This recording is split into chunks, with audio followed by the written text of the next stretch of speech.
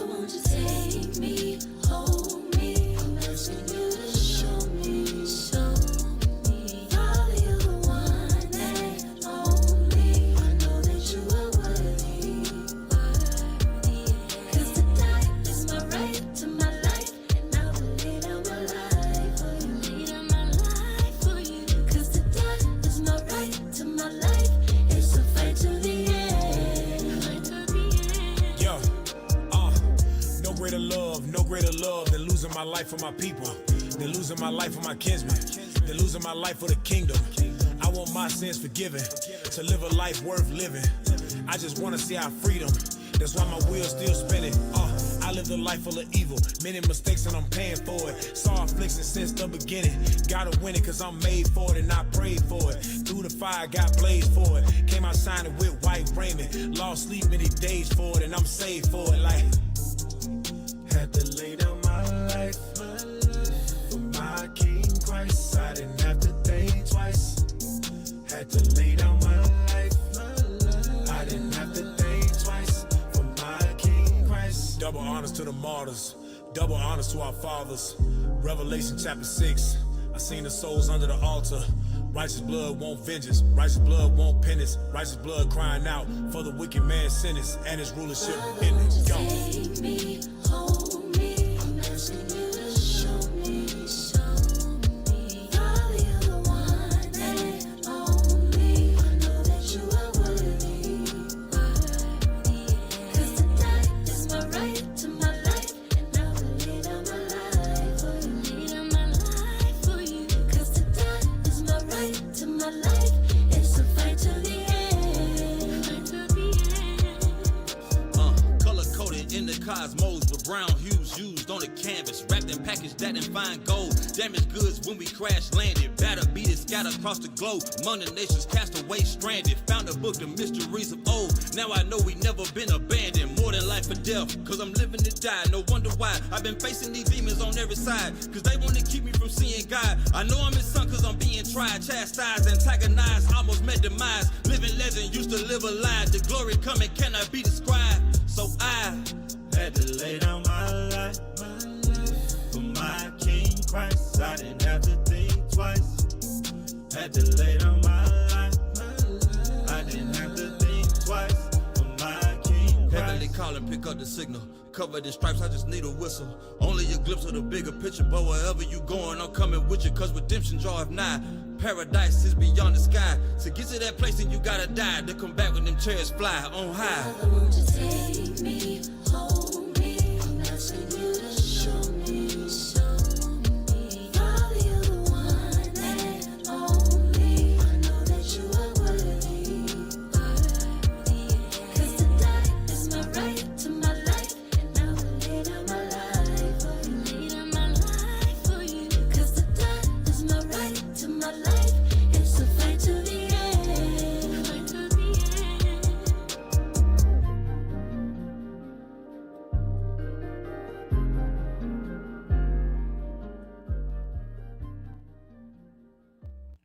Check, check, check, check.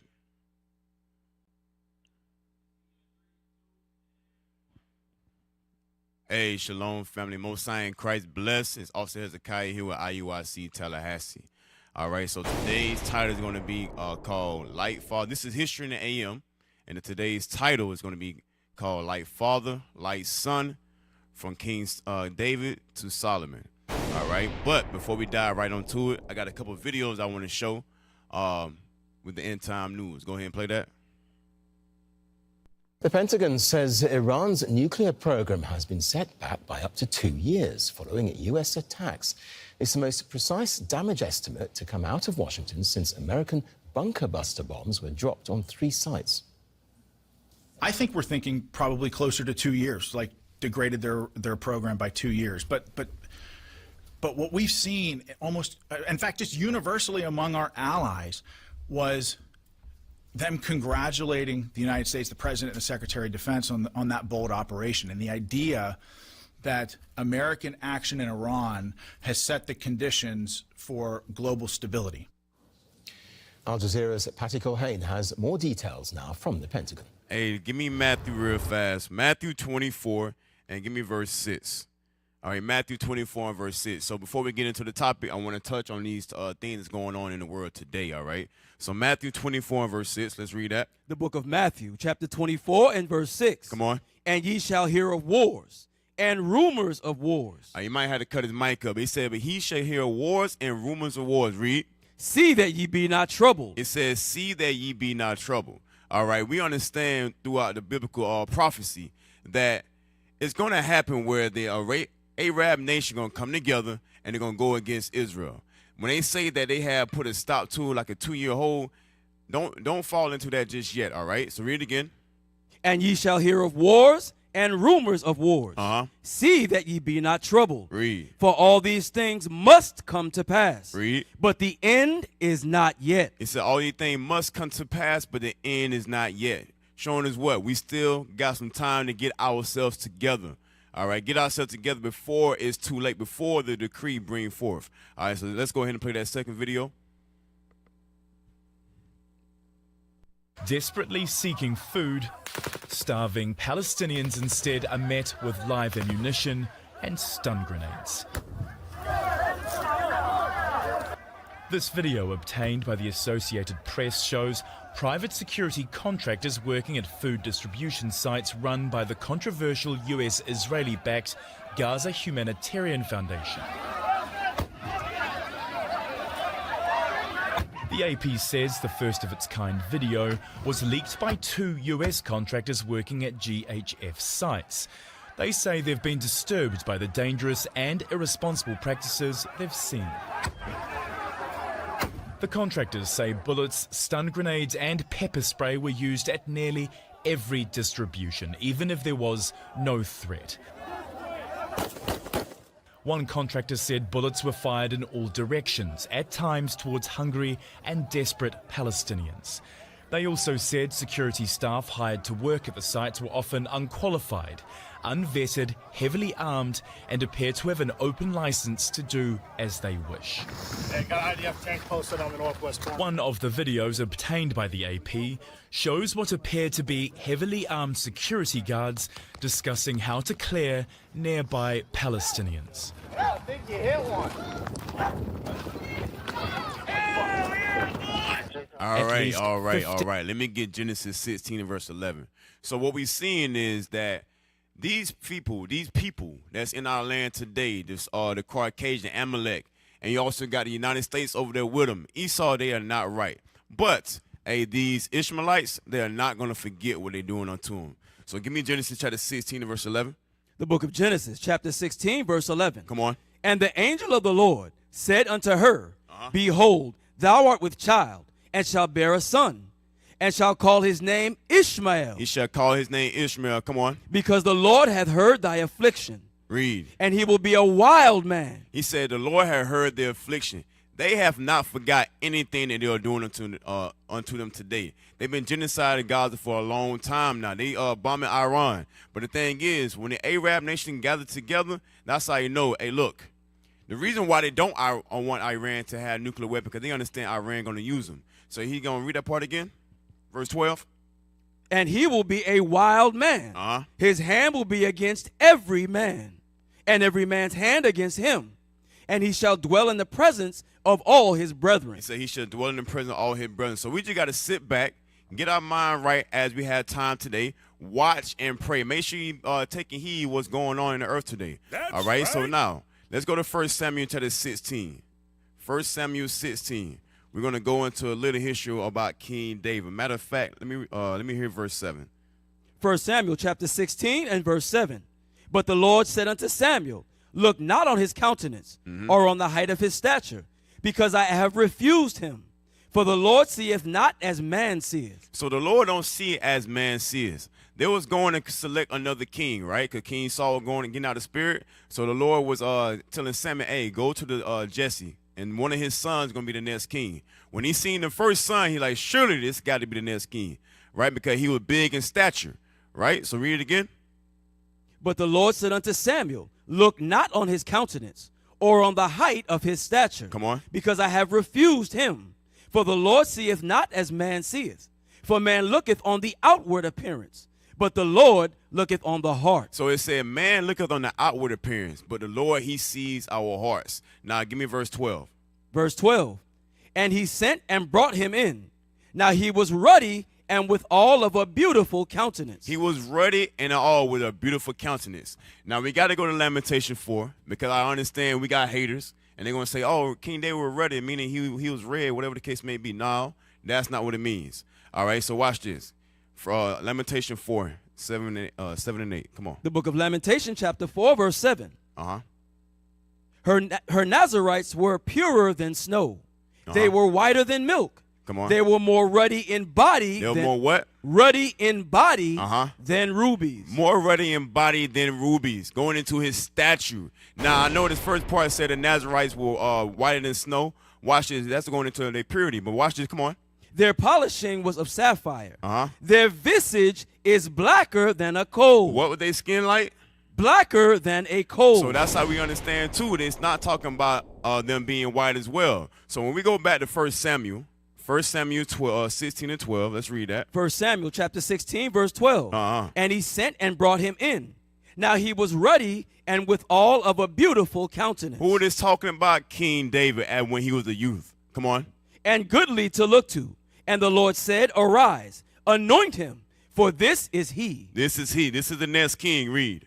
Then Samuel took the horn of oil and anointed him in the midst of his brethren. And the Spirit of the Lord came upon David from that day forward. The Spirit of the Lord came upon David from that day forward. Now jump up to verse 18. Come on. Verse 18. Then answered one of the servants and said, behold, I have seen a son of Jesse, the Bethlehemite, that is cunning in playing, and a mighty valiant man. What was he? A mighty valiant man. Remember, King David was still a youth at this time. But it say he was a mighty valiant man. Read. And a man of war. And a man of war. A man of war. Come on. And prudent in matters. Uh-huh. And a comely person. And the Lord is with him. All right, so he said he was a man of war. Go to chapter 17 and verse 32. 17 and verse 32. 1 Samuel chapter 17, verse 32. Uh-huh. And David said to Saul, let no man's heart fail because of him. Now, when he said, let no man's heart fail because of him, what was going on? They were fighting, our people were fighting against the Philistine, and you had Goliath coming up and challenging our forefather. He said, whoever want to step up, y'all can go ahead and step up. Let's do it. Now, King David, as a youth, what did he say? Read it again. And David said to Saul, let no man's heart fail because of him. Let no man's heart fail because of this damn heathen, this Hamite. Come on. Thy servant will go and fight with this Philistine. He said, thy servant going to fight with this Philistine. Now, keep reading. Watch this. And Saul said to David, thou art not able to go against this Philistine, to fight with him, for thou art but a youth. He said, look, Saul was talking to King David, said, hey, you can't go fight against this man. You just a child. Watch this. For thou art but a youth, and he is a man of war from his youth. And he is a man of war from his youth. Come on. And David said unto Saul, thy servant kept his father's sheep, and there came a lion and a bear, and took a lamb out of the flock. And I went out after him and smote him, and delivered it out of his mouth. And when he arose against me, I caught him by his beard, and smote him. You got to think about it. King David is the youth. He just said a lion came and took one of the lambs. Wow. A lion and a bear came and took one of the lambs. And he went out and smote them. What man you know today gonna go out there and wrestle a lion? Y'all all right? What man you gonna know today gonna go out there and wrestle a bear? You gotta understand, our forefather was different. So let's read that part again. And I went out after him and smote him, and delivered it out of his mouth. And when he arose against me, I caught him by his beard and smote him. Verse 36 as well. Come on. Verse 36. Thy servant slew both the lion and the bear. He said, I slew both the lion and the bear. Read. And this uncircumcised Philistine shall be as one of them. He said this uncircumcised Philistine is going to be just like that lion and just like that bear. Come on. Seeing he hath defied the armies of the living God. He defied the armies of the living God. Go to Sirach 47 and give me verse 3. Sirach 47 and verse 3. Watch this. The book of Sirach, chapter 47 and verse 3. He played with lions as with kids. What did he say? He played with lions as with kids. Remember, this is King David as a youth. He played with lions as playing with children. Come on. and with bears as with lambs. And with bears as with lamb. Read. Slew he not a giant? What'd he do? Slew he not a giant? So King David slew a giant as well. Who that going into? Let's go back. Let's go back. Let's go back and let's start at verse 45. 1 Samuel chapter 17, verse 45. Come on. Then said David to the Philistine, Thou comest to me with a sword, and with a spear, and with a shield. But I come to thee in the name of the Lord of hosts, the God of the armies of Israel, whom thou hast defied. You got to think about it. When we got the Lord on our side fighting our battles, we can go against any and everybody. It doesn't matter who's standing against us. When the Lord is on our side, you in trouble. You understand? That's why they upset today. That's why they're scared today. They want to have every and anything to stop the movement of God. They want to have these different churches come up against us. They want to have different doctrines come up against us. But that's not going to happen. All right? So read that part again. Then said David to the Philistine, Thou comest to me with a sword, and with a spear, and with a shield. But I come to thee in the name of the Lord of hosts, the God of the armies of Israel, whom thou hast defied. Read. This day will the Lord deliver thee into mine hand. It said, this day the Lord going to deliver you into mine hand. Read. And I will smite thee, and take thine head from thee. And I will give the carcasses of the host of the Philistines this day unto the fowls of the air. You got to think about King David is the youth. Goliath, he's a giant. So you got to think about what was in his mind at this time when he got this kid saying like, hey, look, I'm going to take your head. I'm going to hang it up high. He probably like, man, whatever. He was probably so lifted up with pride, he did not believe anything David was saying. So I want you to read that part again. This day will the Lord deliver thee into mine hand. And I will smite thee, and take thine head from thee. And I will give the carcasses of the host of the Philistines this day into the fowls of the air. Come on. And to the wild beasts of the earth, that all the earth may know that there is a God in Israel. All the earth is going to know that there is a God in Israel. There's a God in Israel. Keep reading. Right? And all this assembly shall know that the Lord saveth not with sword and spears. Come on. For the battle is the Lord's, and he will give you into our hands. He said the battle is already the Lord's. He's going to give you into our hand. Read. And it came to pass, when the Philistine arose and came and drew nigh to meet David, that David hasted and ran toward the army to meet the Philistines. So you got to think about it. He's a mighty man of valor. Already, he's a valiant man. He's a man of war. He took off in the midst of the battle. Come on. And David put his hands in his bag, and took of thence a stone, and slang it, and smote the Philistine in his forehead. I know we've been actually talking about King David a little bit here for a minute, and how he was and the wisdom he was rolling in. But you got to imagine, how hard do you have to sling that rock to smote the Philistine in his forehead? It had to imprint, it had to put a dent in his head for him to get hit, and he just dropped. So read that part again. And David put his hand in his bag, and took thence a stone, and slang it, and smote the Philistine in his forehead, that the stone sunk into his forehead, and he fell upon his face to the earth. He fell upon his face to the earth after that stone sunk into his forehead. Read verse 50. Verse 50. So David prevailed over the Philistine with a sling and with a stone, and smote the Philistine, and slew him. But there was no sword in the hand of David. There was no sword in the hand of David. The Lord gave the Goliath into the hand of David when he had just a sling and a rock. So go back to Sirach 47, and I want you to pick back up at verse 4. Sirach 47, verse 4. What we're going over is right now is a little back history on King David. All right, watch this. Sirach chapter 47, verse 4. Slew he not a giant when he was yet but young? And did he not take away reproach from the people when he lifted up his hand with the stone and the sling, and beat down the boasting of Goliath? So he said, look, did he not do that as when he was still young? He did that. He took the reproach away from Israel because they were scared to battle against this man. They contemplating amongst themselves, who gonna go up against this man? King David as a child, hey, I'll go. Meaning what? He was different. The Lord was upon King David. All right, watch this.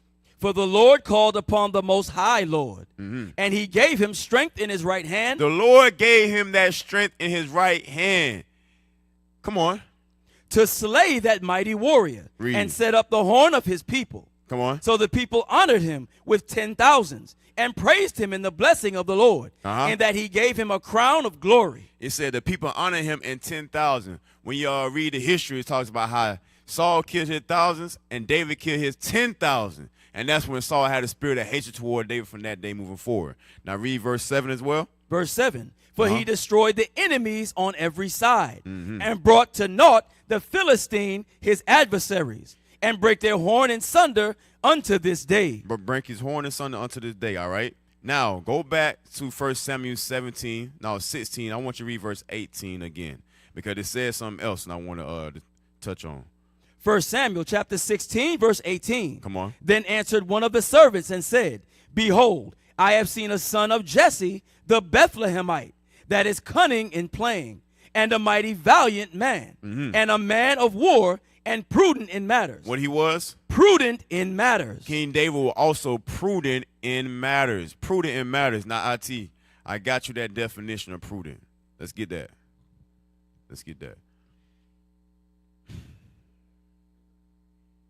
Prudent, characterized by arising from or showing prudence, such as marked by wisdom or judiciousness. All right, go to the next one. Shrewd in the management of practical affairs. Marked by circumspection, discreet, provident, frugal. All right, cool. So that's good, yes. All right, so now prudent is going to how he dealing with wisdom, how he deals with wisdom. Go to Proverbs real fast. Proverbs chapter 16 and give me verse 20. Proverbs 16 and 20. Watch this. Because David, he was always moving with wisdom as a child up, right? Now, who else you think we're going to know how to do the same exact thing? Would it not be his son? Because he showed him. Now watch this. Proverbs chapter 16, verse 20. He that handleth a matter wisely shall be found good. He that handle a matter wisely. Remember, he was prudent in matters.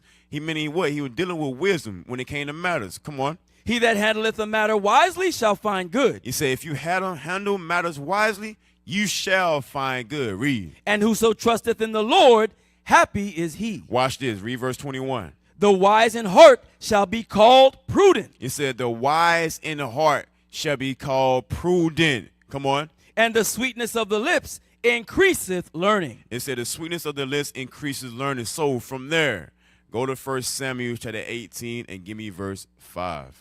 1 Samuel chapter 18, verse 5. Uh-huh. And David went out whithersoever Saul sent him, and behaved himself wisely. What he did? Behaved himself wisely. Remember, it says, happy is he. If you handle a matter wisely, happy is he, right?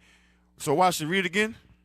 And David went out whithersoever Saul sent him, and behaved himself wisely. He behaved himself wisely. He behaved himself wisely. He was moving in the spirit of wisdom. Read. And Saul set him over the men of war, and he was accepted in the sight of all the people. He was accepted in all the sight of the people. Come on. And also in the sight of Saul's servants. Keep reading. And it came to pass, as they came, when David returned from the slaughter of the Philistine, that the women came out of all cities of Israel, singing and dancing to meet King Saul, with tabrets, with joy, and with instruments of music. And the women answered one another as they played, and said, Saul has slain his thousands, and David his 10,000. So this is saying the same exact thing when we read in Sirach. It said Saul had killed his 1,000 and David killed his 10,000. Keep reading. And Saul was very wroth, and the saying displeased him. But Saul got filled with anger when he heard this. He got filled with anger. All right, because remember, the Spirit of the Lord was leaving Saul because he was not being obedient to the Lord. That's why Samuel had to go to Jesse to go anoint David, because it was time for a new king to be put in place. But go ahead. And Saul was very wroth, and the saying displeased him. And he said, they have ascribed unto David 10,000s, and to me they have ascribed but thousands. And what can he have more but the kingdom? So Saul was already thinking, he said, look, if they say I killed my 1,000, but David 10,000, the next thing he can get is the kingdom. Watch this. And Saul eyed David. He did what? Eyed David from that day and forward. Read. And it came to pass on the morrow that the evil spirit from God came upon Saul. And he prophesied in the midst of the house. And David played with his hands as at other times. He said David played at his hands as at other times. They knew that Saul was out of the spirit. That's why they got somebody who was good with a harp. To what? To when they play that music, it calmed that spirit down. So watch this.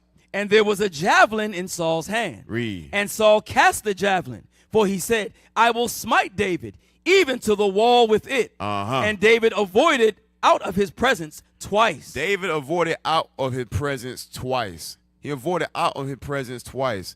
Give me Proverbs 22 and 3. Proverbs 22 and 3 just came to my mind. Go, let's read that one. Proverbs chapter 22, verse 3. A prudent man foreseeth the evil. He did what? Foreseeth the evil. So remember, David was prudent in matters. It said a prudent man, he going to foresee the evil and do what? And hideth himself. And he did what? Hideth himself. And hideth himself. Is that's more than that? Yes, sir. Go But ahead. the simple pass on and are punished. But the simple pass on and they are punished. Now let's go back. So David was he was prudent, he was mighty. Now you have Saul out the spirit, throwing a javelin at him, trying to kill him. Now David avoided that and got out of his presence twice. So watch this. 1 Samuel chapter 18, verse 12. And Saul was afraid of David. What he was? Afraid of David. Now Saul was afraid of David. Afraid of David. Imagine somebody throw a javelin at you. How would you carry yourself? Or are you going to be moving the spirit of wisdom like King David was? Because King David knew that Saul was set up as king by the Lord. So he knew that I can't raise my hand against the Lord anointed. So he moved himself, he handled himself wisely and avoided his presence. So when King Saul seen that, read that part again. And Saul was afraid of David because the Lord was with him and was departed from Saul. The Lord was with King David and he had departed from Saul. So Saul was afraid of King David. Keep reading. Therefore Saul removed him from him and made him his captain over 1,000. And he went out and came in before the people. And David behaved himself wisely in all his ways. David behaved himself wisely in all his ways. I want to go back to Sirach real fast. Sirach, I have 47. Let me look at it real fast. It's 49. I just want to read verses 2 and 3. The book of Sirach, chapter 49, verse 2. Now, this is going into Josiah, but watch this. He behaved himself uprightly in the conversation of the people. In the conversion of the people. In the conversion of the people.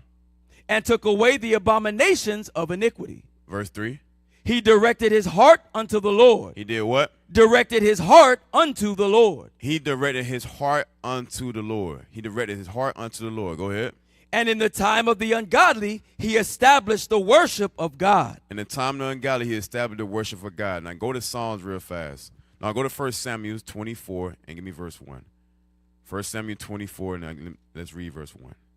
1 Samuel chapter 24 and verse 1. And it came to pass, when Saul was returned from following the Philistines, that it was told him, saying, Behold, David is in the wilderness of En-Gedi. Then Saul took 3,000 chosen men out of all Israel and went to seek David and his men upon the rocks of the wild goats. So why was Saul seeking for David? He was still trying to kill David. So David been on the run for his life. He understood, like, you got to think about it. David, he was a mighty man. He was a bad man. So if he wanted to go against Saul head to head, like toe to toe, he could have if he wanted to. But he like, no, that's the Lord's anointed. I'm going to avoid his presence. He got to move in the spirit of wisdom. He understand, okay, if he's coming against me, I'm going to make sure the Lord handle this situation. So go ahead. Verse 3. And he came to the sheepcotes by the way, where was a cave, and Saul went in to cover his feet. And David and his men remained in the sides of the cave. And the men of David said unto him, Behold, the day which the Lord said unto thee, Behold, I will deliver thine enemy into thine hand. He said, look, his companion said, look, the Lord is delivering the enemy into your hand. Come on. That thou mayest do to him as it shall seem good unto thee. You got to think about it. The average man, as soon as you knew somebody was trying to take your life and the opportunity came up, and now you can take their life, the average man would act upon that.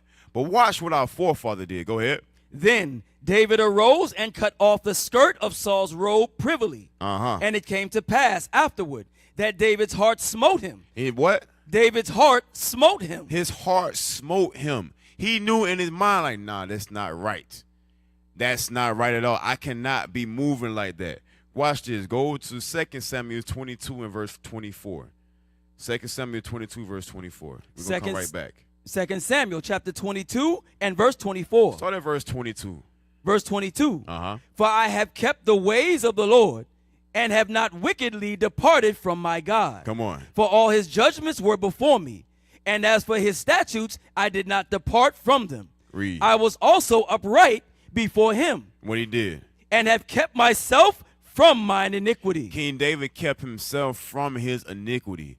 Yes, did King David make a mistake? Yeah, he did. He did fall one time, but he got back up. He had that lifestyle. We're going to go back to the one we just holding on 1 Samuel 24. Now, he had that lifestyle where when you examine it, it's like, he was sincere all the way through. When he messed up, he was sincere. He got himself back together, right? And anything that came his way, the good and the evil, he handled it how the Lord wants us to handle our situation today. All right, so read what you got. 1 Samuel chapter 24, verse 5. Mm-hmm. And it came to pass afterward that David's heart smote him, because he had cut off Saul's skirt. Uh-huh. And he said unto his men, For the Lord forbid that I should do this thing unto my master, Uh-huh. the Lord's anointed. The who? The Lord's anointed. The Lord's anointed. Go ahead. To stretch forth mine hand against him, seeing he is the anointed of the Lord. Seeing that he is the anointed of the Lord. Give me Psalm 26 and verse 1. 26 and verse 1. What did King David walk with? Integrity. Integrity. So the Lord, watch this. Psalms 26 verse 1. Come on. Y'all all right? The book of Psalms, chapter 26 and verse 1. Mm-hmm. Judge me, O Lord, for I have walked in mine integrity. He did what? Walked in mine integrity. So King David would have been walking in his integrity. Watch this. I have trusted also in the Lord. Uh-huh. Therefore I shall not slide. He said, therefore I shall not slide. My trust is in the Lord. I'm going to continue to walk in my integrity. Read verse 2. Right? Examine me, O Lord. Do what? Examine me, O Lord. Uh-huh. And prove me. Try my reins and my heart. You got to think about it. King David told the Lord, examine me, O Lord. Prove me. Try my reins and my heart.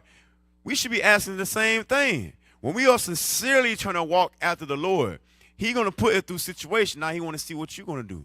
Just like how he brought the children of Israel through the wilderness. And he made them go through the wilderness for 40 years just to prove them. Everything that we go through in our life, it can be a situation where you can prove yourself to God. See how you're going to, if you're going to keep his commandments or not. So read that part again. Examine me, O Lord, and prove me. Try my reins and my heart. He said, try my reins and my hearts. Give me Proverbs 20 and verse 7. The book of Proverbs chapter 20 and verse 7. Proverbs chapter 20 and verse 7. Uh-huh. Some trust in chariots and some in horses. Uh-huh. But we will remember the name of the Lord our God. Is that Proverbs 20 and 7? Let's get it. Come on. Proverbs chapter 20 and verse 7. Uh-huh. The just man walketh in his integrity. They said the just man, King David. Come on. Walketh in his integrity. Read. His children are blessed after him. His children are blessed after him. His children are blessed after him. So the title is like father, like son, from King David to Solomon. All right. I got some things written down. So it says having a father or a present and engaged father figure can have profound and wide ranges benefits for child development, emotional well-being, and overall life outcomes. One of the first things is emotional stability and security, support and protection. For an example, give me 1 Kings 1 and give me verse 15. 1 Kings chapter 1 and verse 15. Uh-huh. And Bathsheba went in unto the king into the chamber. And the Now, king, why did she go there? Why did she go there? Let's jump up some. Let's go to verse 11. verse 11. Uh-huh. Wherefore Nathan spake unto Bathsheba, the mother of Solomon, saying, Hast thou not heard that Adonijah the son of Haggith doth reign, and David our Lord knoweth it not? So, Bathsheba, yes, that's the one. And just in case people don't know, go to 2 Samuel. 2 Samuel 16. Is it 16? I think it's chapter 11. 2 Samuel 11 and start at verse 1. Yeah, 2 Samuel 11 and verse 1. Second so Samuel. Bathsheba, the mother of Solomon. Watch this. 2 Samuel chapter 11 and verse 1. Come on. And it came to pass after the year was expired, at the time when kings go forth to battle, that David sent Joab and his servants with him, and all Israel, and they destroyed the children of Ammon, and besieged Rabbah. But David tarried still at Jerusalem. David stayed back in Jerusalem. He didn't go out to war at this time. Now, this was a perfect opportunity for Satan to intervene. When you stop doing the work, when you give yourself idle time. Matter of fact, let's read that in Sirach. Read that in Sirach real fast. The one about idle time. I think it's 33 and 26, something like that.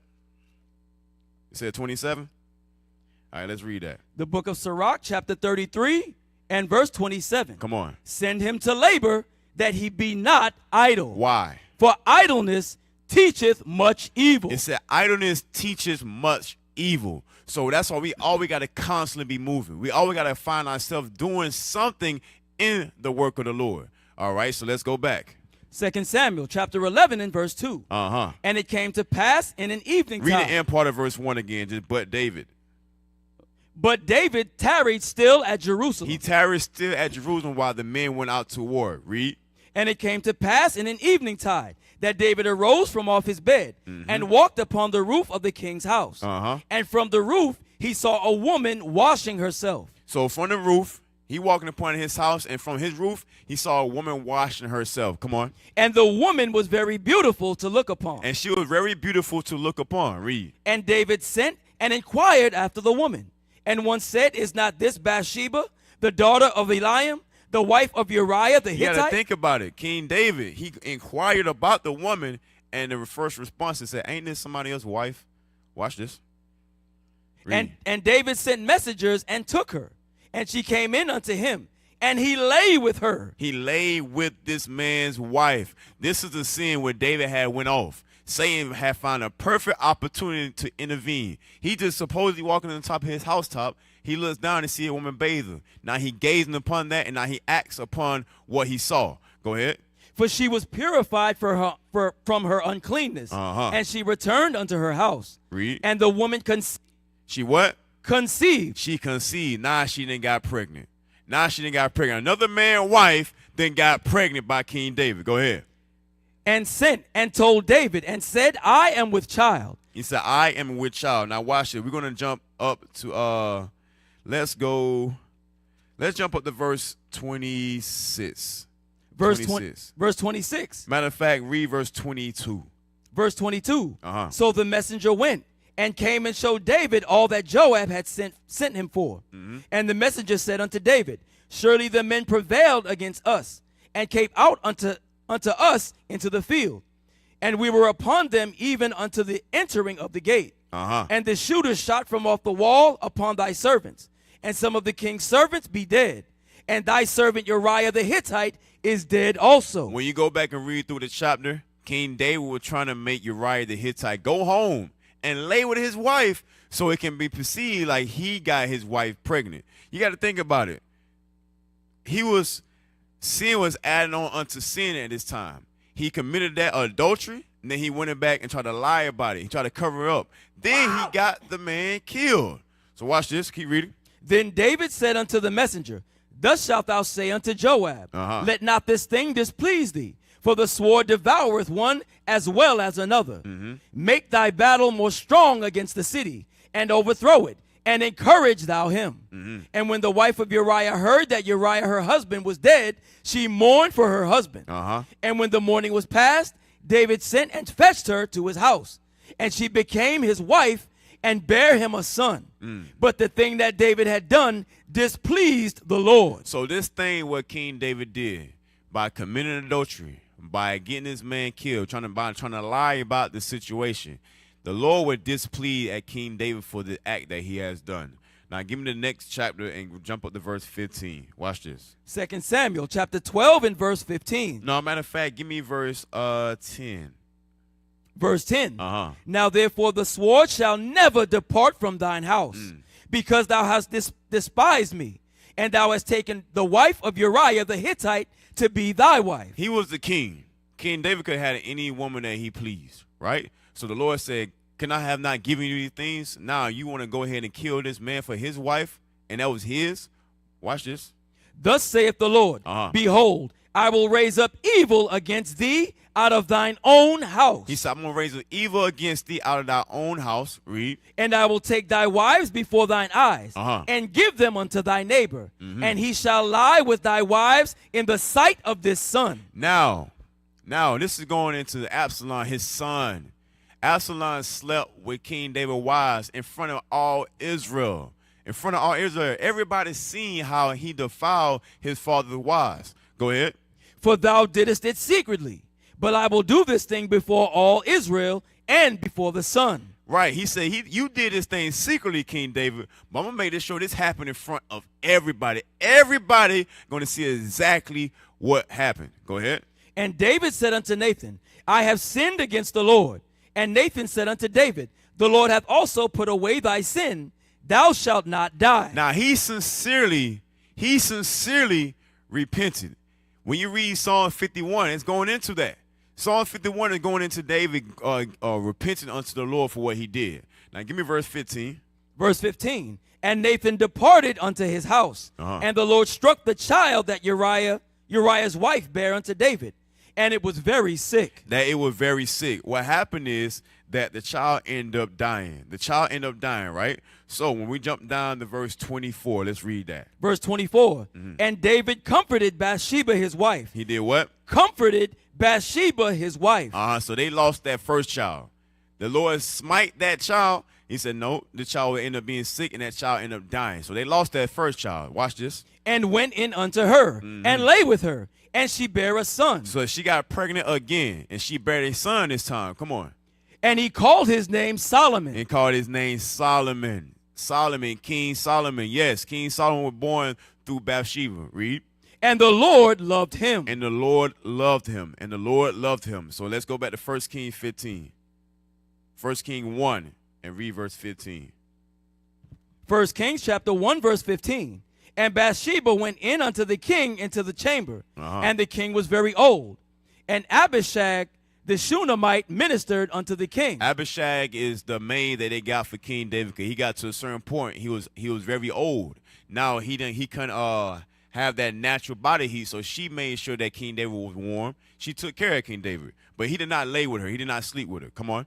And Bathsheba bowed and did obeisance unto the king. Read. And the king said, What wouldest thou? So the king said, okay, you came up here. What do you want? Come on. And she said unto him, My lord, thou swearest by the Lord thy God unto thine handmaid, saying, Assuredly, Solomon thy son shall reign after me, and he shall sit upon my throne. So why did Bathsheba say, y'all, you had sweared and said, Assuredly, Solomon is going to sit on thy throne? Give me 1 Chronicles 22.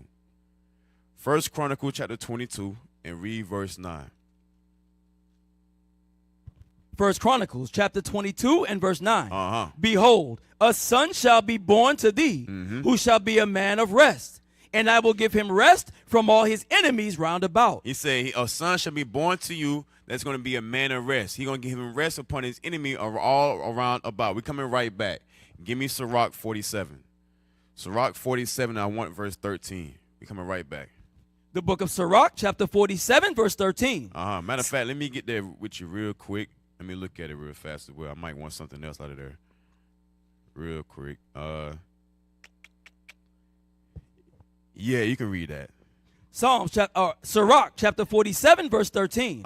Solomon reigned in a peaceable time. He did what? Reigned in a peaceable time. So when Solomon was reigning, the land was at rest. It wasn't no more wars. The wars were happening in the time of King David. He was conquering. All right, but in the time of King Solomon reigned, the land was at peace. So read again. Solomon reigned in a peaceable time and was honored, for God made all quiet round about him. God made all quiet round about him. Come on. That he might build an house in his name and prepare a sanctuary forever. That prepare a sanctuary forever. Forever. Read verse 14. I like what it says. Verse 14. How wise wast thou in thy youth, and as a flood filled with understanding. Read. Thy soul covered covered the whole earth, Uh-huh. and thou fillest it with dark parables. Thy name went far unto the islands, and for thy peace thou wast beloved. You got to think about it. King Solomon was a mighty man as well. So let's go back to 1 Chronicles 22:9. Watch this. 1 Chronicle chapter 22, verse 9. Behold, a son shall be born to thee, who shall be a man of rest, and I will give him rest from all his enemies round about.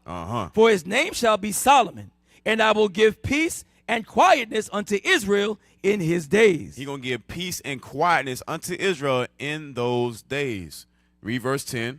Verse 10. He shall build an house for my name, and he shall be my son, and I will be his father, and I will establish the throne of his kingdom over Israel forever. Now, I got some videos I'm going to play. Some videos that I'm going to play, right? So I don't want us to miss the point. Let's go back to 1 Kings 1 and 15, verse 17. Read verse 17 again. 1 Kings chapter 1, verse 17. And she said unto him, My Lord, thou swearest by the Lord thy God unto thy handmaid, saying, Assuredly, Solomon thy son shall reign after me. Because it was already established. The Lord said, look, I'm going to make Solomon reign. It's going to be, and he's going to have a peaceable time. He's going to have rest at the time of his reign. So she knew that, and she said, look, Lord, I see Adonijah, your other son, rising up. Are you not going to put Solomon in that seat? Now, I got some videos I want to show real fast. Give me the first one. Give me the first one. Yeah, I'm ready. Would you handle not having your mother not in your life and then your father leaving you? Could you imagine what your life could be like? Could you imagine how hard it is for you to avoid the streets? Can you imagine how hard it is to grow up not knowing what's right and what's wrong? Can you imagine what it's like walking across the stage and your parents is not there? Can you imagine that? Can you not just imagine not being wanted, period? And you're just stranded all by yourself. And you're trying to figure out life, but you gotta learn the hard way.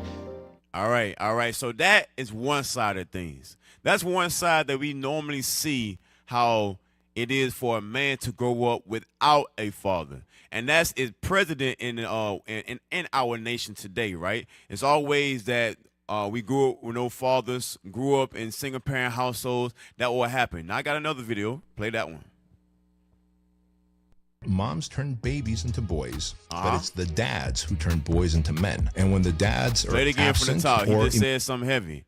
He said, Mom turned babies into boys, but it's the dad, it's the fathers that turn these boys into men. Play it again. Moms turn babies into boys, but it's the dads who turn boys into men. And when the dads are absent or emotionally absent, in other words, they're there but emotionally disconnected, and when they haven't been taught how to be a man, how to stand up and shake hands, you don't just say hi to someone. You stand up, shake hands, make eye contact. If a woman's going up the escalator, you stand behind her. If she's going down the escalator, you stand in front of her. If you're walking on a sidewalk with a woman, a man walks on the street side. You're opening doors for women. You're a savage and a servant. You're a lamb and a lion. Are you going to show up as a passive-aggressive man, or are you going to show up as a guy who can protect, provide, and preside? All right, now watch this. Watch this. Give me 1 Kings 2 and start at verse 1. So he made a heavy statement, right? He said, Mom turned babies into boys, but it's the father that turned them into men. It's the father that turned them into men. So read what you got. 1 Kings chapter 2 and verse 1. Now the days of David drew nigh, that he should die. And he charged Solomon his son, saying, I go the way of all the earth. Be thou strong, therefore, and show thyself a man. He said, be thou strong, therefore, and show thyself a man. King David said he went away all the ways of the earth. He had many experiences, but he told Solomon his son, hey, what you have to do, show yourself a man. Be strong, show yourself a man. Come on. Verse 3, and keep the charge of the Lord thy God, to walk in his ways, to keep his statutes and his commandments and his judgments and his testimonies, as it is written in the law of Moses, that thou mayest prosper in all that thou doest, and whithersoever thou turnest thyself. We're going to read verse 4 as well. Come on. That the Lord may continue his word which he spake concerning me, saying, if thy children take heed to their way, to walk before me in truth with all their heart and with all their soul, there shall not fail thee, said he, a man on the throne of Israel. Right. So look, King David shows Solomon how to be a man. He said, I'm charging you therefore. I got experience. I've been around. I've been there and I've done that. All right, so you got to show yourself a man by keeping the commandments of the Lord. Make sure that your children do the same exact thing. Now watch this. That first point that I had, that a father, he provides emotional stability for his son and security. It's the support and protection that he provides, and he builds confidence. All right, a father who affirms and encourages their children help build self-esteem and emotional resilience. Emotional resilience. Now I want that definition. Emotional resilience. Watch this. Let's get there. Come on. Emotional resilience, meaning and importance. Emotional resilience is the ability to adapt and bounce back from adversity, stress, trauma, tragedy, or other significant challenges in life. So it said it's the ability to bounce back from adversity, from stress, from tragedy, or other significant challenges in life. Other significant challenges in life. Who else can help King Solomon bounce back from difficult situations in their life other than King David, his father? Think about everything that King David had to go through throughout his life. Now watch this. Give me 2 Samuel 16 and read verse 5. 2 Samuel 16 verse 5. So he was a perfect example as a father to show his son, like, look, I can help you. I can show you how the right way to walk, but you got to show yourself a man. You got to stand up, be a man, keep the commandments of God. Now watch this. 2 Samuel chapter 16 and verse 5. And when King David came to Bahurim, behold, thence came out a man of the family of the house of Saul, Read. whose name was Shemaiah, the son of Gera. He came forth and cursed still as he came. Right, so this is the time when King David was on the move because Absalom, his son, had rose up against him. You got to think about it. King David's son Absalom tried to usurp authority over him. He was misleading the people. He slept with his wives. Then you had another son of King David that raped his own daughter. You had all this evil going on in the midst of King David's family. The Lord said it. I'm going to make war be upon your own household. Now, you got to go through your whole life dealing with these type situations. Everybody wants to be King David, but nobody wants to go through the same life that King David went through. Now, read on. And he cast stones at David and at all the servants of King David, and all the people, and all the mighty men were on his right hand and on his left. Read. And thus said Shammai, when he cursed, come out, thou bloody man, and thou man of Belial. Thou man, he called David thou man of Satan. Come on. The Lord hath returned unto thee upon thee all the blood of the house of Saul, in whose stead thou hast reigned. And the Lord hath delivered the kingdom into the hand of Absalom thy son. So he's cursing King David. He said, look, all the thing that you did, the Lord is now returning upon your head. Read. And behold, thou art taken in thy mischief, because thou art a bloody man. Then said Abishai the son of Zeruiah unto the king, why should this dead dog curse my lord the king? Come on. Let me go over, I pray thee, and take off his head. Now David had powerful men. He said, hey, let me go ahead and take off his head. Let me handle that real fast. Watch this. And the king said, what have I to do with you, ye sons of Zeruiah? So let him curse before the Lord has said unto him, curse David. Who shall then say, wherefore hast thou done so? And David said to Abishai and to all his servants, behold, my son, which came forth of my bowels, seeketh my life. How much more now may this Benjamite do it? Let him alone and let him curse, for the Lord hath bidden him. It said the Lord had bidden him. The Lord had bidden him. So King David understood and said, look, hey, y'all leave this man alone. Yes, he cursing me right now. He's throwing stones at him right now. But he said, leave him alone. Don't you see that the Lord made him do that? You got to think about it. That's how the spirit of our forefather King David was. Even from the time of his youth dealing with Saul, he handled himself wisely with many matters. Now he got to deal with his own son coming against him because he understood for what he did. All right, so he like leave this man alone. The Lord bid this man to do this against me. Read verse 12. It may be that the Lord will look on mine affliction, and that the Lord will requite me good for his cursing this day. So he said, look, leave him alone. Leave him alone. The Lord sees what's going on with me. He sees every encounter that I am going through. If I stay faithful unto the Lord, he's going to look upon my affliction. Read verse 13. And as David and his men went by the way, Shimei went along on the hillside over against him, and cursed as he went, and threw stones at him. You got to imagine that. As they going by, he still cursing them. Thou bloody man, pop. Thou bloody man, pop, as they walk. He's still doing that, right? Now, give me Psalm chapter 25 and give me verse 15. Psalm chapter 25 and verse 15. Let's read that. Psalms chapter 25 and verse 15. Mine eyes are ever toward the Lord. What King David said? Mine eyes are ever toward the Lord. His eyes is ever towards the Lord. It's the same way how we should be. Our eyes should be ever towards the Lord. Come on. For he shall pluck my feet out of the net. Uh-huh. Turn thee unto me, and have mercy upon me, for I am desolate and afflicted. He said, I am desolate and afflicted. Come on. The troubles of my heart are enlarged. Oh, bring thou me out of my distresses. He said, Lord, bring me out of my distresses. He always went to the Lord. He understood the Lord can get him through any and everything. Come on. Look upon mine affliction and my pain, and forgive all my sins. Forgive me for all my sins. You see my affliction, Lord. You see my pain, Lord. Forgive me for my sins. Forgive me for my iniquity. That's how we should be going to the Lord. Lord, I'm sincerely coming to you. I have did this, that, and the third, and I want to make a change, Lord. Look upon me, see what I'm going through, Lord, and forgive me for what I've done. Come on. Consider mine enemies, for they are many, and they hate me with cruel hatred. Oh, keep my soul and deliver me. Let me not be ashamed, Come on. for I put my trust in thee. Let integrity and uprightness preserve me. He said, let integrity and uprightness preserve me. Let integrity and uprightness preserve me. Now, from there, we're going to go to 1 Chronicles 17, and we're going to start at verse 1. You got some water over there? 'Cause I told you we're going to do a lot of reading. All right, so 1 Chronicles 17 and verse 1. All right, so and the next thing is that a father helps his son to understand discipline, leadership, and responsibility. Discipline, leadership, and responsibility. But before I go there, it's one more video I did not play. Let's go ahead and play that real fast. Let's go play that. What kind of relationship do you have with your father? Your real father. It's often ambivalent, right?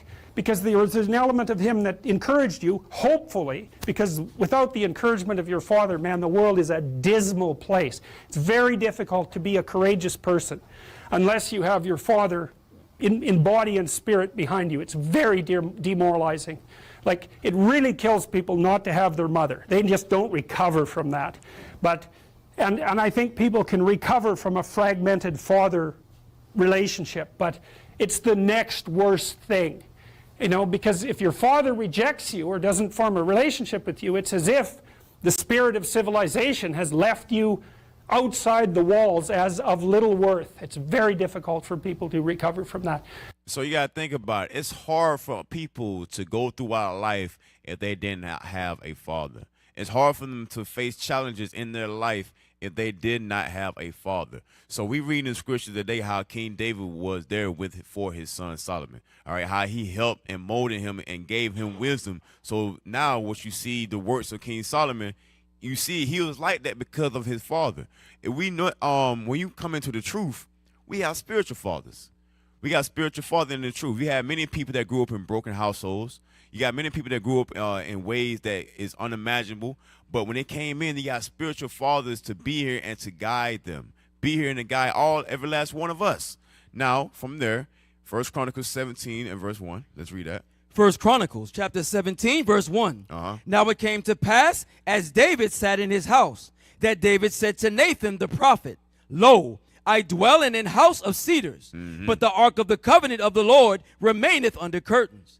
Then Nathan said unto David, Do all that is in thine heart, for God is with thee. Right, so the King David wanted to build a house unto the Lord. He said, look, I did all these things, but the Lord's house is within curtains. So Nathan, the prophet, told him, hey, do what's in your heart. Go ahead. And it came to pass the same night that the word of God came to Nathan, saying, Go and tell David my servant, Thus saith the Lord, Thou shalt not build me an house to dwell in. For I have not dwelt in an house since the day that I brought up Israel unto this day, but have gone from tent to tent, and from one tabernacle to another. So he said, I have not dwelt in a house since the day I brought up Israel unto this day, right? And he told David, you should not build a house unto me. The reason being, too, because David had shed many blood. All right, he was a man of war. He shed too much blood. All right, watch this. Wheresoever I have walked with all Israel, spake I a word to any of the judges of Israel, whom I commanded to feed my people, saying, why have ye not built me an house of cedars? Now therefore thus shalt thou say unto my servant David, thus saith the Lord of hosts, I took thee from the sheepcote, even from following the sheep, that thou shouldest be ruler over my people Israel. It said, thou should be ruler over my people Israel. Let's jump down a little bit, and let's go to verse 11. Come on. Verse 11. And it shall come to pass, when thy days be expired, that thou must go to be with thy fathers, that I will raise up thy seed after thee, which shall be of thy sons, and I will establish his kingdom. He's going to establish his kingdom. He's going to establish his kingdom. Come on. He shall build me an house, and I will establish his throne forever. Now, he's talking about Solomon, but it's also twofold, right? Because you got to think about it. Who else came through the lineage of King David? Who else? It's talking about Christ as well. He said, when he said, I will establish his throne forever, King Solomon's throne ain't still here today. No, it's not. It's not. But it's talking about Christ's throne forever, because he came, matter of fact, go to Romans 1 and 3 real fast. Romans 1 and 3, we're coming right back. The book of Romans chapter 1 and verse 3. Concerning his son Jesus Christ our Lord, which was made of the seed of David. Christ was made of the seed of David. He came through that same lineage. He was from the tribe of Judah. His forefather was King David. His forefather was King Solomon. Yes, Christ came from that same line. So let's go back. First Chronicles chapter 17 verse 12. He shall build me an house, and I will establish his throne forever. Read. I will be his father, and he shall be my son. He said, I will be his father, and he shall be my son. Come on. And I will not take my mercy away from him, as I took it from him that was before thee. Read. But I will settle him in mine house and in my kingdom forever, and his throne shall be established evermore. So it said his throne shall be established evermore. So we're going to go to Second Chronicles. Second Chronicles chapter 2, and we're going to read verse 1. Second Chronicles chapter 2 and verse 1. And Solomon determined to build an house for the name of the Lord, and an house for his kingdom. And Solomon told out 70 men to bear burdens, and 80,000 to hew in the mountains, and 3,600 to oversee them. Right. So King David, he couldn't build the house of the Lord. He shed too much blood. He was a man of war, like I said earlier. But Solomon was going to do that as well. Watch this.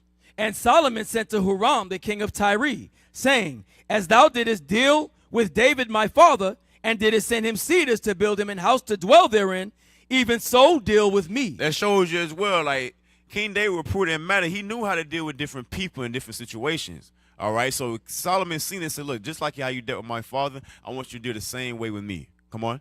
Behold, I build an house to the name of the Lord my God, to dedicate it to him, and to burn before him sweet incense, and for the continual showbread, and for the burnt offerings morning and evening, on the Sabbaths, and on the new moons, and on the solemn feast of the Lord our God.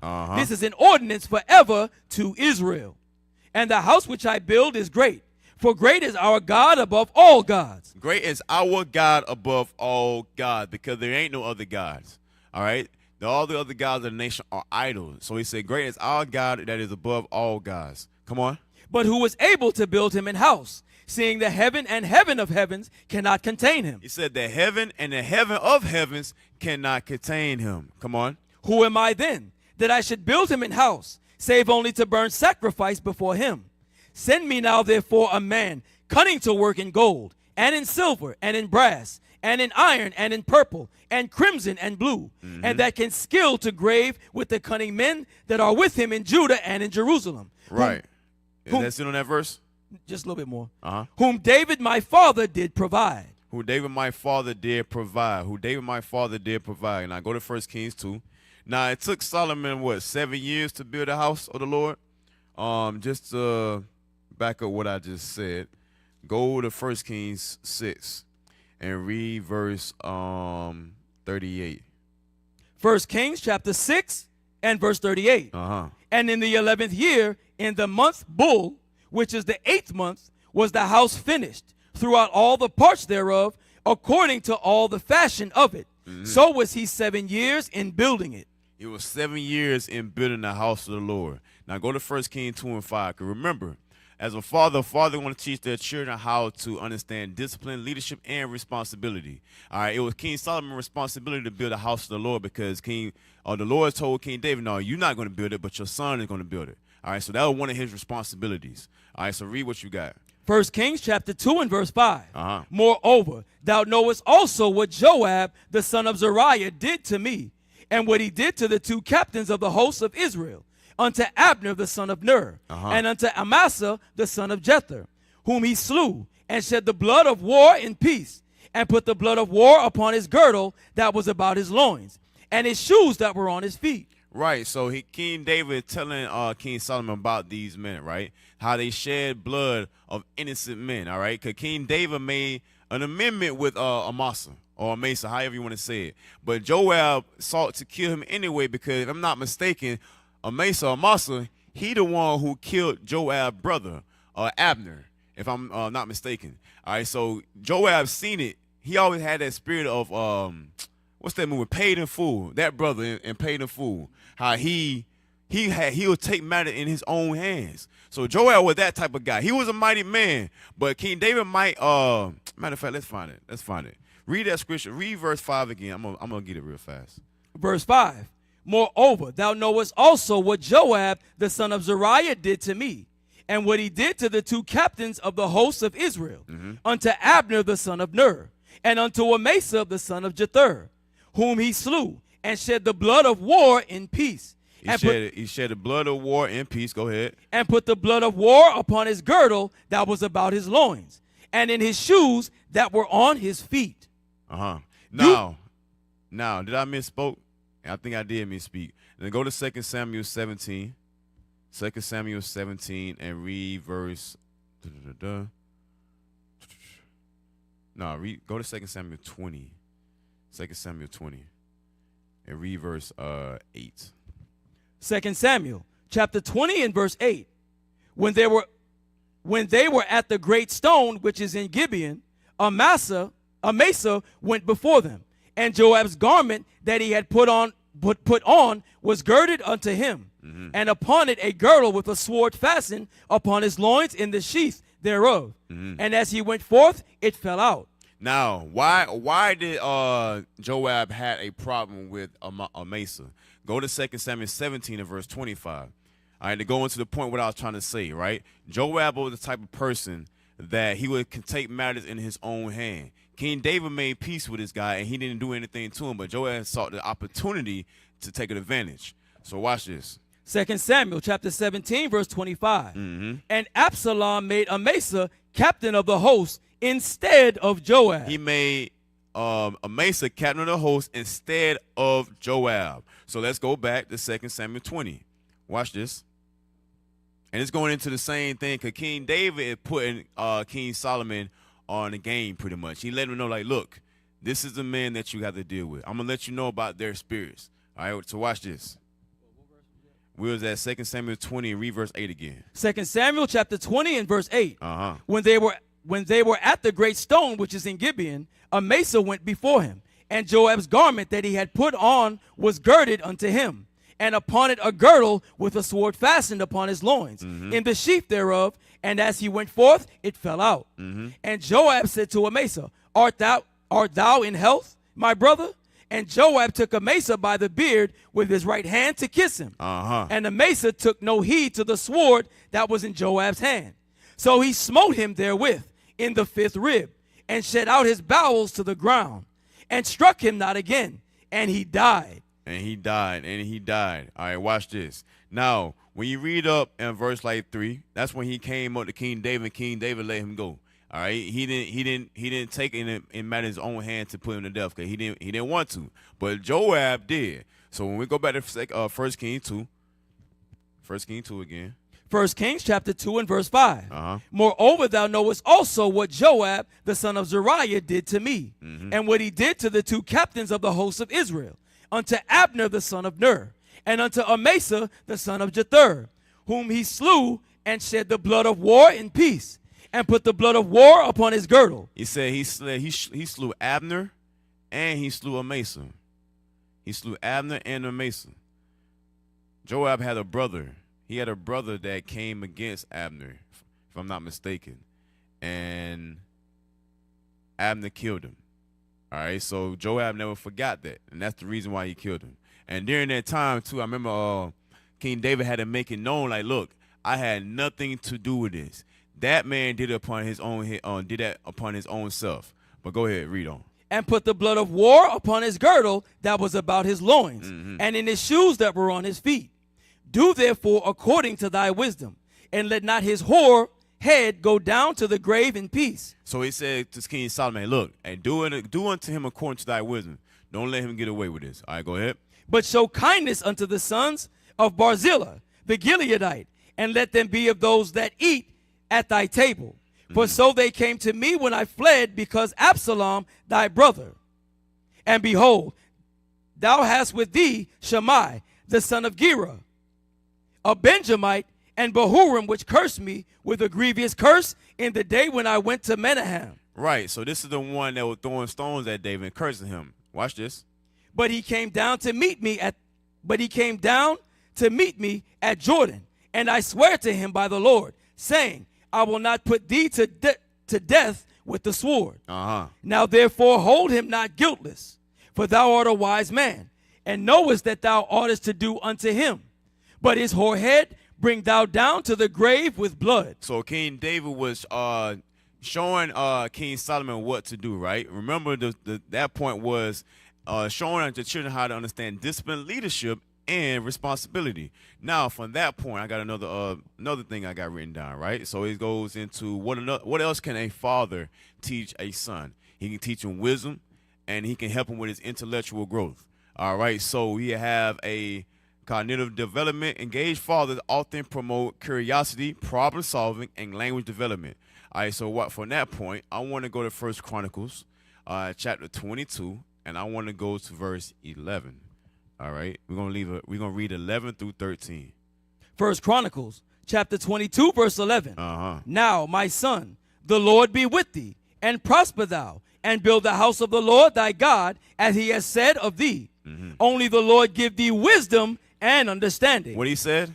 The Lord give thee wisdom and understanding. He said, only the Lord give you wisdom and understanding. Go ahead.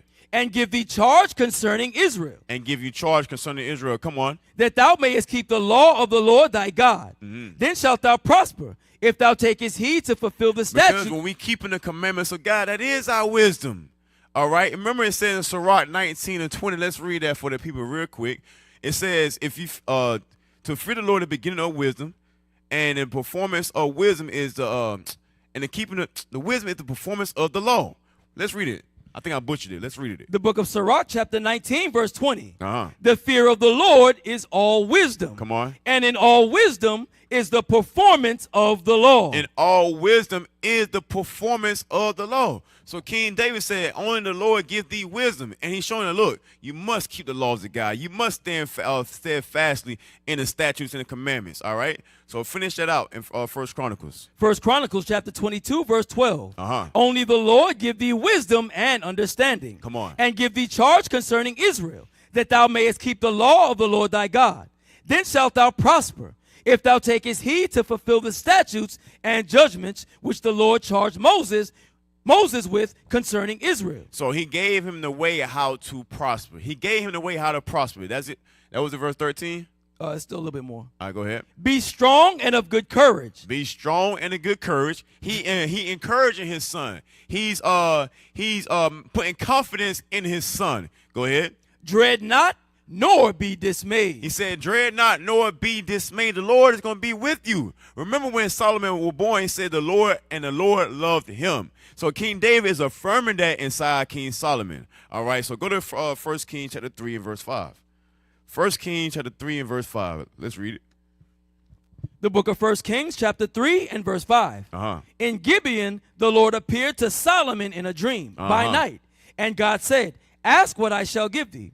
And Solomon said, thou hast showed unto thy servant David my father great mercy, according as he walked before thee in truth, and in righteousness, and in uprightness of heart with thee. And thou hast kept from him this great kindness, that thou hast given him a son to sit on his throne, as it is this day. So the Lord came to King Solomon in a dream. He asked him, hey, look, ask me what you want, and I'm going to give it unto you, right? So he said, look, I seen how you had kept my father, how he walked in his uprightness, and now you had set his son on his throne. Watch this. And now, O Lord my God, thou hast made thy servant king instead of David my father. Read. And I am but a little child. He said, I am but a little child, though. Come on.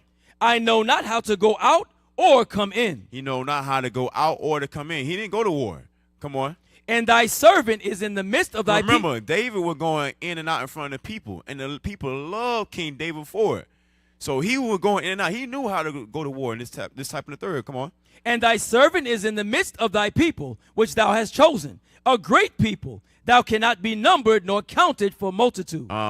Give therefore the servant an understanding heart to judge thy people. So what did Solomon ask for again?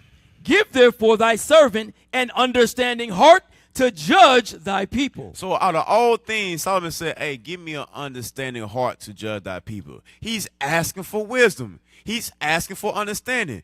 Give me the heart to understand how to manage and judge thy people, because they are great people. I want to make sure that I'm doing it correctly, Lord. Come on. That I may discern between good and bad. For who is able to judge this, thy so great a people? He said, who is able to judge this so thy great a people? Now watch this. I got another point. This going into another thing that a father helps with a son is going into their social skills, going into their respect and boundaries. All right. So a father helps children learn how to respect others and how to manage emotions in social situations. All right. So let's go to 1 Kings 2 and 13. 1 Kings 2 and 13. We're going to read down the verse. We're going to read. All right. So come on. 1 Kings chapter 2, verse 13. And Adonijah, the son of Haggith, came to Bathsheba, the mother of Solomon. So this is Adonijah. This is the one, Solomon brother, who was saying, like, look, I'm the next king. He made himself that, all right? All right, watch this. And Adonijah, the son of Haggith, came to Bathsheba, the mother of Solomon. And she said, comest thou peaceably? So she had to ask, are you coming peaceably? Because now you see that Solomon being set up. Now you coming to his mother. Man, first and foremost, that's disrespectful. That's your brother to go to your brother. But you're going to go to his mother. So she said, look, are you coming in peace? Come on. And he said, peaceably. He said, moreover, I have somewhat to say unto thee. And she said, say on. Read. And he said, thou knowest that the kingdom was mine. He said, thou knowest the kingdom was mine, which it was not. How we read in 1 Chronicles 22. It was not never his. And he's going to say it as well. Watch this. And that all Israel set their faces on me, that I should reign. Howbeit the kingdom is turned about, and is become my brother's.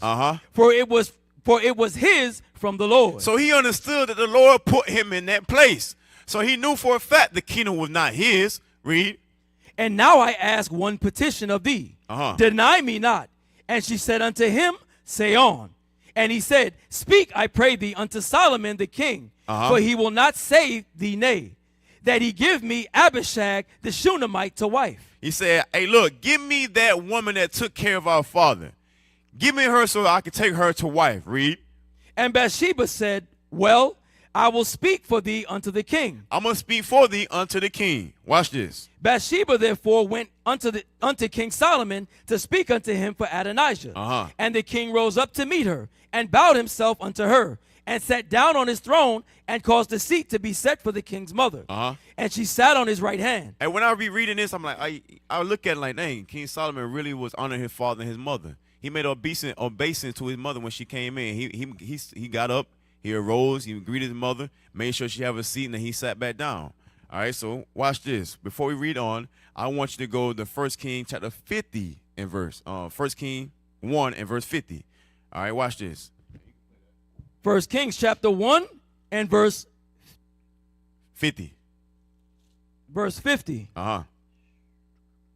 And Adonijah feared because of Solomon, Uh-huh. and arose and went and caught hold on the horns of the altar. Uh-huh. And it was told Solomon, saying, Behold, Adonijah feareth King Solomon. Adonijah feared King Solomon. Come on. For lo, he hath caught hold on the horns of the altar, saying, Let King Solomon swear unto me today that he will not slay his servant with the sword. Uh-huh. And Solomon said, If he will show himself a worthy man, there shall not an hair of him fall to the earth. So Solomon told Adonijah, he said, look, if he should show himself a worthy man, I'm not going to bother him. His father showed him how to conduct himself. He didn't come out as when he became king and start killing everybody. He didn't do that. So he said, look, if you behave yourself worthy, and a hair of your head not going to fall. Come on. But if wickedness shall be found in him, he shall die. But if wickedness is found inside of you, you shall die. Read. So King Solomon sent, and they brought him down from the altar. And he came and bowed himself to King Solomon. Uh-huh. And Solomon said unto him, Go to thine house. He said, go to thy house. So he went to his house. Now when we read chapter 2, pick back up in verse 20. So he came to King Solomon's mother.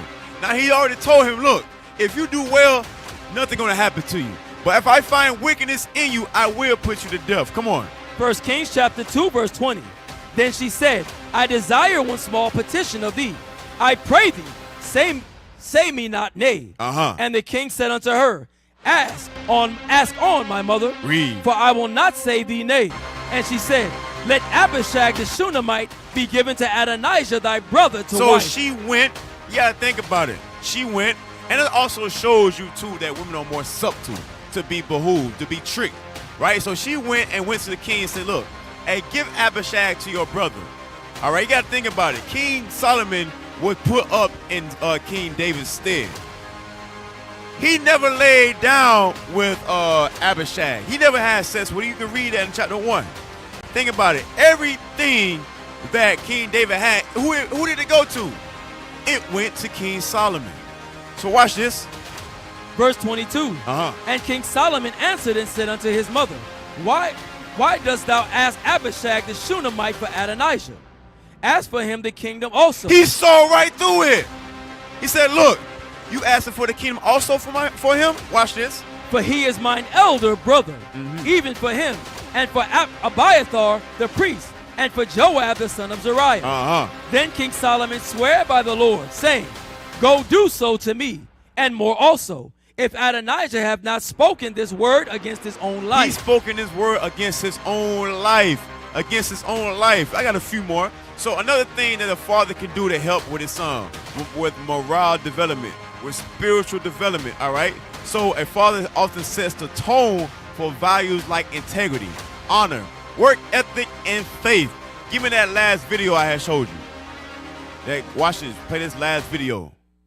Come on. People ask me, oh my God, Pat, you're so impressive. I'm like, dude, you don't Play it know again my from the dad. top. People ask me, oh my God, Pat, you're so impressive. I'm like, dude, you don't know my dad. You give me way too much credit. My dad raised the damn standards on work ethic, and if you say you're going to do something, you do it in honesty and all this stuff. I get way too much credit.